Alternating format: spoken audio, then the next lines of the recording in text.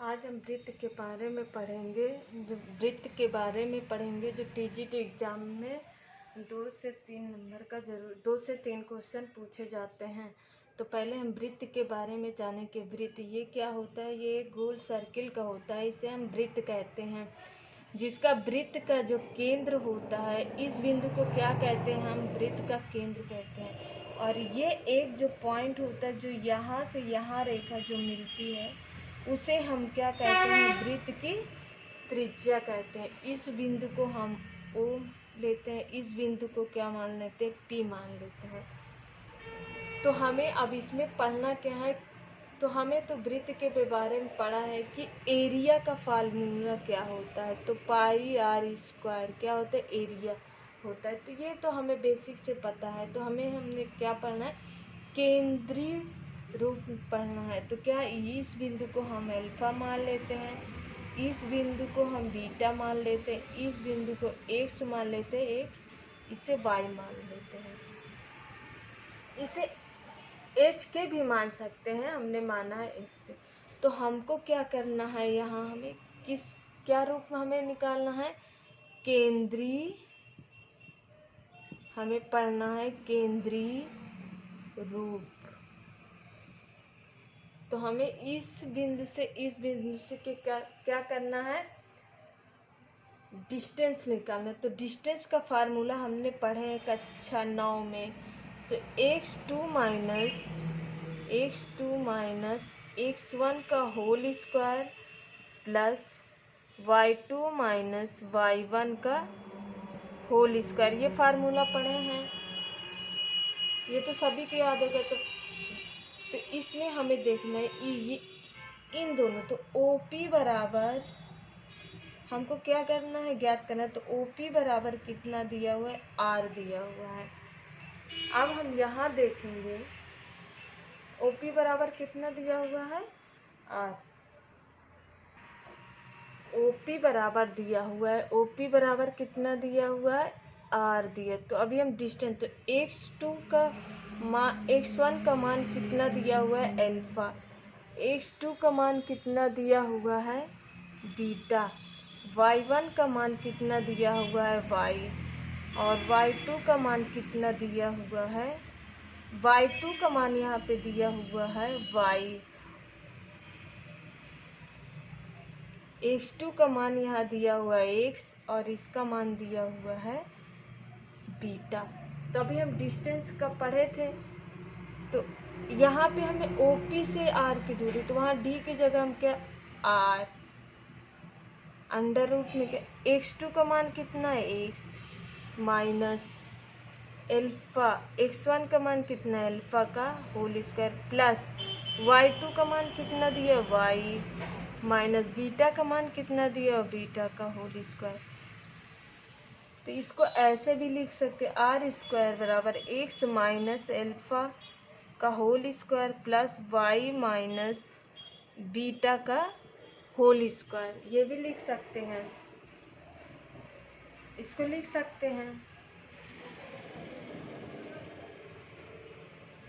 तो ये क्या हो गया, केंद्रीय रूप हो गया। अगर हम यहीं पे कहें, ये जो बिंदु दिया हुआ है, ये क्या मूल बिंदु से जाए तो इसका क्या, अगर मूल बिंदु से इसका जो केंद्र का निर्देशांक अल्फा बीटा, अगर यहाँ पे केंद्र का निर्देशांक हम 0 0 करते, तब इसका केंद्रीय रूप क्या होगा। तो आगे देख, नोट में लिखेंगे,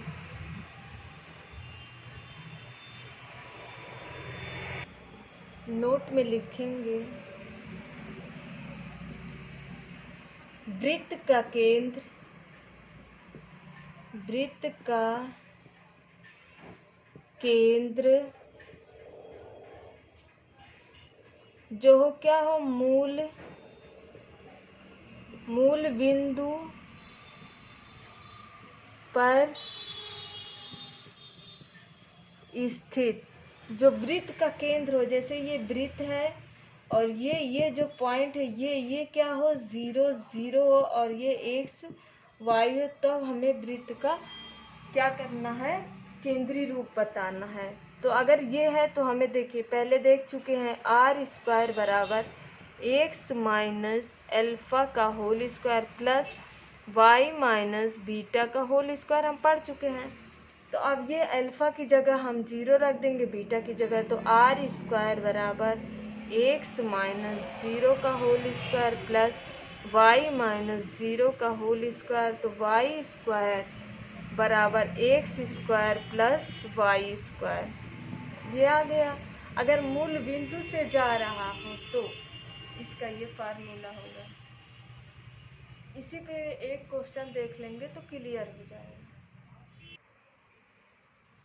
हम एग्जाम्पल में देखेंगे यदि वृत्त का समीकरण x square plus y square बराबर 8 हो तो वृत्त की क्या करना है, हमें त्रिज्या ज्ञात करना है। तो ये वृत्त मान लो ये वृत्त दिया हुआ है और यहाँ से यहाँ की हमको क्या करना है, दूरी ज्ञात करना है। इस बिंदु से इस पी से यहाँ तक की, तो हमें ओ पी से क्या करना है, हमें आर का मान क्या करना है, ज्ञात करना है। तो अभी हम पढ़े हैं ये तो वृत्त जा रहा है मूल बिंदु से, तो ये पढ़े formula x square plus y square बराबर आर स्क्वायर। अब देखो आर स्क्वायर के बराबर कितना, तो अब इसमें मान रख देंगे, तो आर स्क्वायर बराबर x square plus r square 8, तो आर बराबर दिया हुआ है। अब देखेंगे एक्स स्क्वायर की जगह से तो आर स्क्वायर बराबर ये इधर करेंगे तो ये अंडर रूट में आए, आर बराबर इसको हम लिख सकते हैं 2 गुणा 2 गुणा 2 लिख सकते हैं, इसको 2 गुणा 2 लिख सकते हैं। फिर आर बराबर 2√2, यही क्या होगी, इसकी त्रिज्या होगी। पढ़ना है वृत्त का व्यापक रूप, क्या पढ़ना है, व्यापक रूप पढ़ना है। तो इसका वृत्त का व्यापक रूप होता है x square plus y square बराबर plus 2gx plus 2fy plus c बराबर क्या होता है 0। ये क्या हो गया, वृत्त का व्यापक समीकरण। अब इसका जो केंद्र होता है -g -f, इसकी त्रिज्या होती है g square plus f square minus c. क्या है ये, इसकी त्रिज्या है।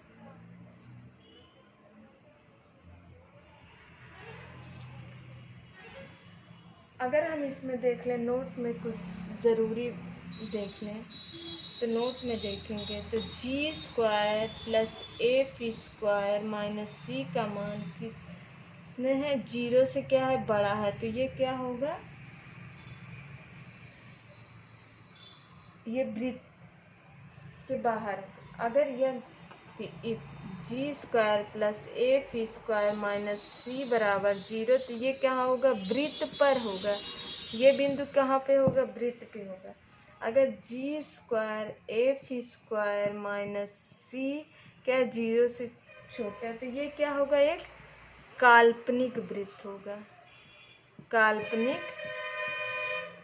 ये क्या होगा, काल्पनिक वृत्त होगा। क्या होगा, काल्पनिक, ये होगा काल्पनिक वृत्त, से हम कहेंगे काल्पनिक वृत्त।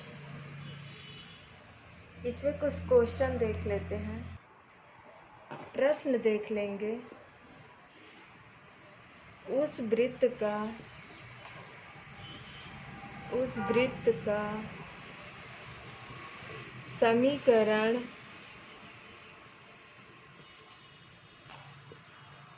ज्ञात कीजिए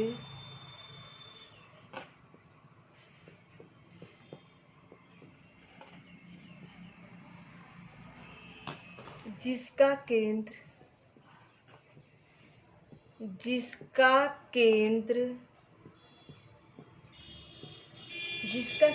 दिया हुआ -2, 3 तथा त्रिज्या दी हुई है। क्या दिया हुआ है?